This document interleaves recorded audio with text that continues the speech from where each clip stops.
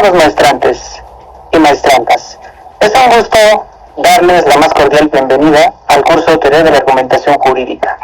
correspondiente a nuestro plan de estudio de posgrado. Iniciamos esta nueva etapa académica en la segunda semana, con el compromiso de construir juntos un espacio de reflexión profunda y estricta sobre el papel que desempeña la argumentación en la práctica jurídica contemporánea. Y el día de hoy nos toca ver la unidad 4 y la unidad 5. Es por ello que es necesario hablar sobre el humanismo,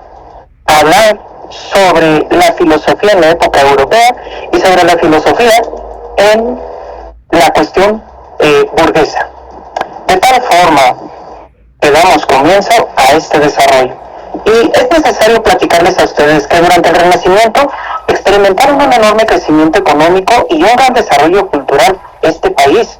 Por eso fue justamente en las ciudades italianas donde se desarrolló el movimiento intelectual más importante de esta época. Este movimiento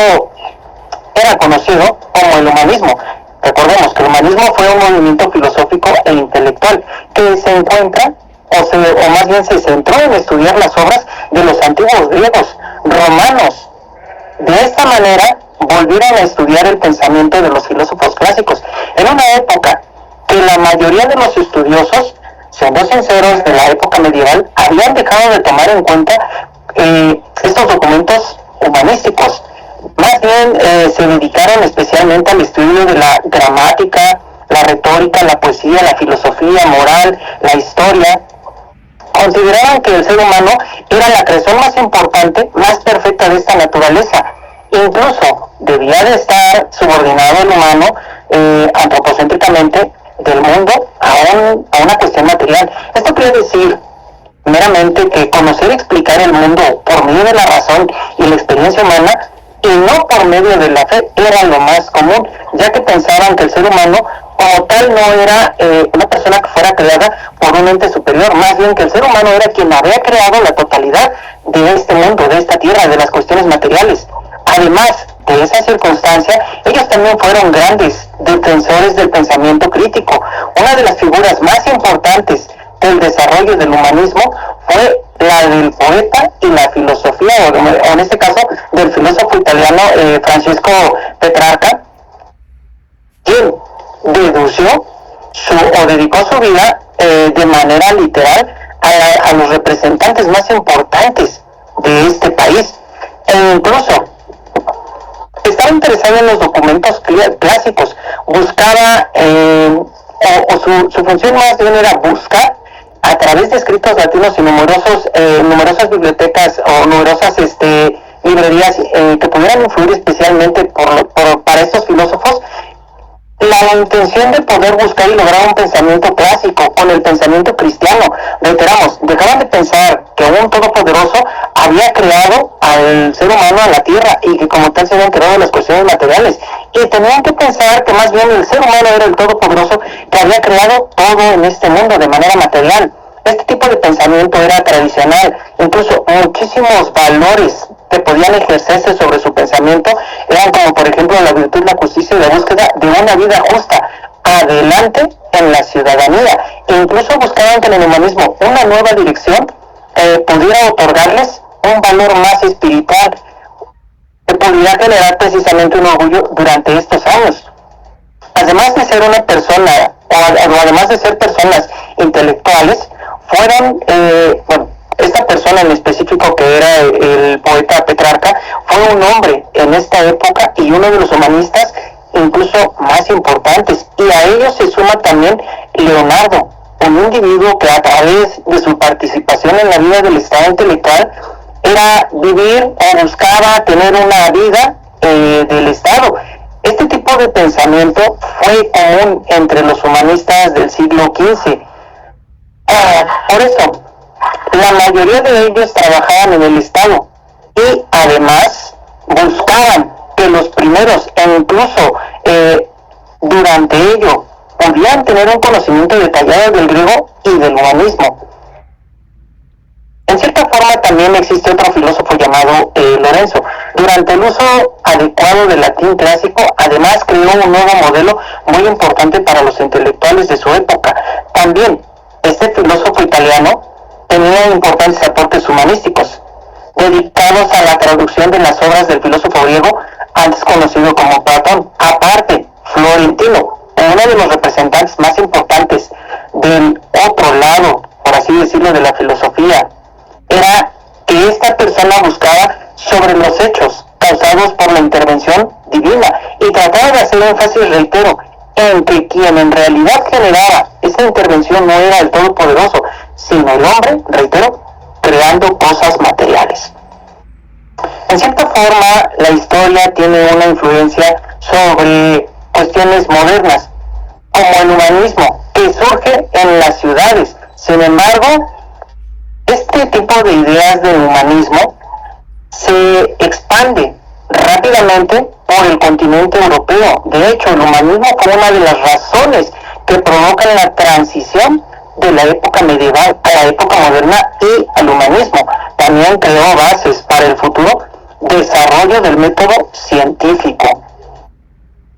En esta forma o en esta parte que estamos analizando, es necesario citar que este hombre, quien fue dado, quien fue conocido en el siglo XIX a través de una cultura que se produjo en Europa Occidental, reiteramos, durante los años 15 y 16, fue un periodo de transición en el que el pensamiento filosófico navega a través de una edad moderna y trata de generar principalmente la búsqueda de exponentes que puedan hallar en el campo de las artes y que estos también a su vez puedan producir una renovación como humanista de la ciudad de Florencia en Italia. Fue un lugar donde ciertamente hubo un nacimiento y un desarrollo de este movimiento que se extiende por toda Europa. También es importante resaltar que fue en el futuro de la difusión donde se determinó una nueva concepción del hombre y del mundo. El término renacimiento se utilizó tratando de reivindicar ciertos elementos de la cultura clásica griega y romana, y se aplicó originalmente como una vuelta a los valores de la cultura grecolatina y la contemplación libre de la naturaleza. Tras siglos anteriores, que serían del 15 al 17, pudieron predominar en un tipo de mentalidad más rígida y dogmática, estableciendo en la Europa medieval una nueva etapa que podría dar o permitir plantear una nueva forma de ver lo que era la política, lo que era el mundo y el ser humano, con nuevos enfoques en los campos de las artes y en este caso de la política filosófica y de las ciencias, sustituyendo lo que era el teocentrismo medieval y en este caso el antropocentrismo actual. Ciertamente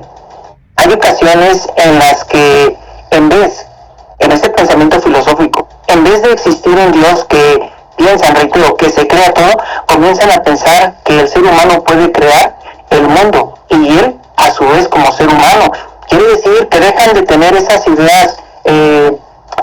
católicas de pensar que Dios crea todo el universo y empiezan a tratar de razonar de que el ser humano tiene la capacidad lógica, jurídica para empezar a analizar y a razonar y reitero, para empezar a desarrollar un pensamiento crítico constructivo. De esta forma existe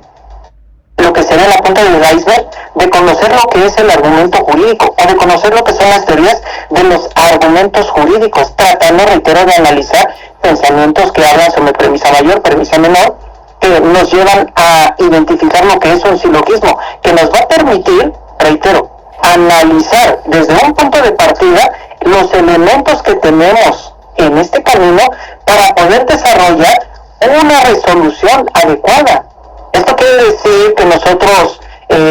transformándolo a palabras metodológicas, tendríamos que desarrollar un protocolo de investigación. Nuestro protocolo de investigación debería tener una debería tener una hipótesis, y esta hipótesis debería tener como tal preguntas a través de mayéutica que nos pudieran dar pregunta y respuesta. Reitero, yo analizo qué es lo que voy a preguntar y me voy a responder. ¿Y cómo lo voy a concretar? Dejando de pensar que solo tengo que observar y generando un método inductivo y un método deductivo, tratando de, reitero, responder las preguntas que estoy desarrollando. De esta forma se puede patentizar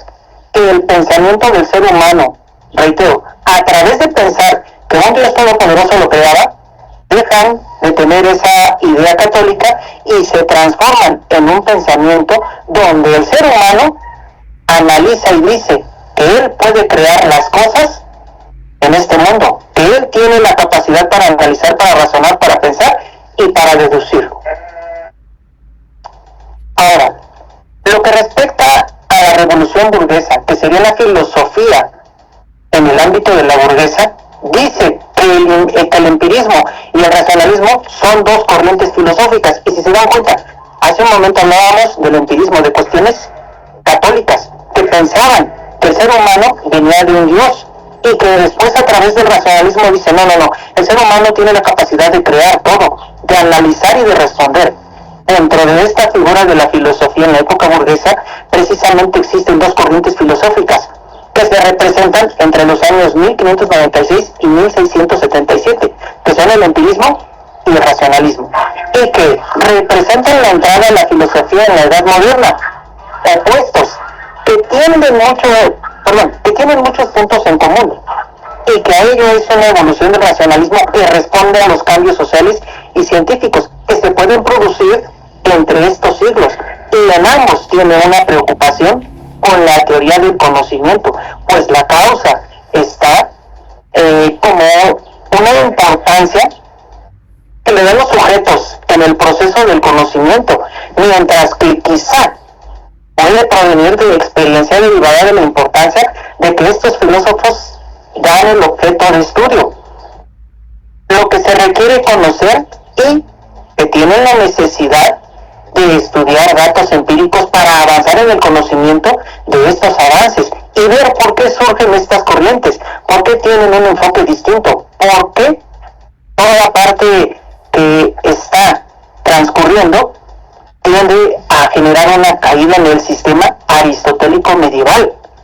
Aunque en la Edad Moderna es necesario resaltar, se considera en la segunda mitad del siglo XV que la filosofía renacentista es una corriente filosófica,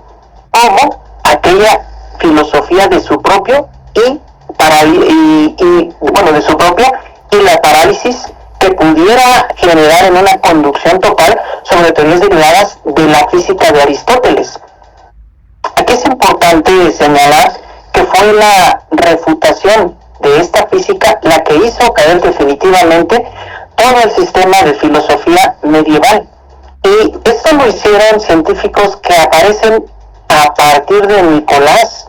un técnico de la antigua era, en la que habían buscado en todo momento el conocimiento a partir de una ciencia, de manera preponderante, y la filosofía como un método científico. Reitero, ya no nada más era un pensamiento filosófico, ya no nada más era una idea celestial, sino que ahora la filosofía se transformaría de ser solo un pensamiento normal, a través de una observación, a transformarse en un método científico de comprobación. Reiteramos, cuando hablamos de teorías de la argumentación, hablamos de una posibilidad de poder acreditar a través de un argumento un hecho que nosotros queremos demostrar. En esta parte es necesario señalar que Galileo fue una figura importante y básica para entender lo que es el racionalismo. La evolución establecida a través de él y de Newton también nos puede ayudar a explicar lo que son los principios del sistema que mantuvieron unidos a la defensa de los dos, y principalmente por el principio de causalidad, causa y efecto. Y este tema lo vamos a ver, ustedes lo van a ver más adelante dentro de la materia de derecho penal. Causa y efecto, la forma en que sucede, el efecto que reacciona. La verdad es que desde el principio está la necesidad de observar en estos pensamientos de Galileo y Newton cómo las estrellas cambian de tamaño, por qué los planetas parecen que tienen una velocidad e incluso retroceden en ellas de vez en cuando, que no se ajustan. Por eso se desarrolla un modelo que sustenta, mejor dicho, en el pasado, un sistema. Sin embargo, introduce otro autor filosófico importante de manera épica que genera un planteamiento de órbitas necesarias en la observación de reglas de la posición de los cuerpos celestiales, que existen órbitas que generan alrededor de la Tierra. Reiteramos, estos filósofos importantes se basan en Galileo y en Newton. ¿Cuál es la teoría de ellos? Precisar que la Tierra no era el centro del universo y que la argumentación de ellos era acreditar que más bien el Sol era el centro del universo y que los planetas giraban alrededor del Sol y que la Tierra giraba sobre su propia órbita. Este tipo de pensamientos genera la evolución de manera científica, genera la evolución de pensar y de transformar. Reitero, que la filosofía no solamente es un pensamiento que se generaba a través de la observación, sino que ahora tenía la necesidad de poderse acreditar bajo una ciencia. De tal forma, este tipo de circunstancias, mis queridos maestrantes, permiten patentizar, pensar, generar, tener las ganas de comprobar que el paso del racionalismo por el empirismo genera un efecto pragmático, genera un paradigma que va a permitir observar una realidad que puede ser como la operación progresiva, pero más que eso, existe más allá de eso, que los empiristas viven en la evolución social que se produce entre los siglos XV y XVII y que la intención de ellos era desembocar en la ilustración. Además, también tenían un interés por los derechos que tienen los seres humanos, generando una política en un pensamiento de alguno de ellos de manera representativa. Y aquí, de los autores más importantes a conocer, existe John Locke, quien es el padre del realismo y un gran pensador que se anticipa al pensamiento de los franceses y sobre cuyas ideas descansa la redacción de una constitución política que es la de Estados Unidos. Es necesario también ceñirnos a que este tipo de figura de pensamiento filosófico provoca la evolución de la sociedad en Inglaterra y genera de manera particular un adelanto que causa la llamada Revolución Inglesa. Y bueno, pues con este pequeño desarrollo y esta claridad de cada uno de los pensamientos filosóficos que existen, reitero, en la filosofía europea occidental y en la filosofía burguesa, concluimos esta unidad. No se olviden de poder revisar el material que les he dejado en su bloque 2. Bueno, tengan bonita tarde, se despide su servidor, su docente Iván Neto Mendoza. Hasta luego.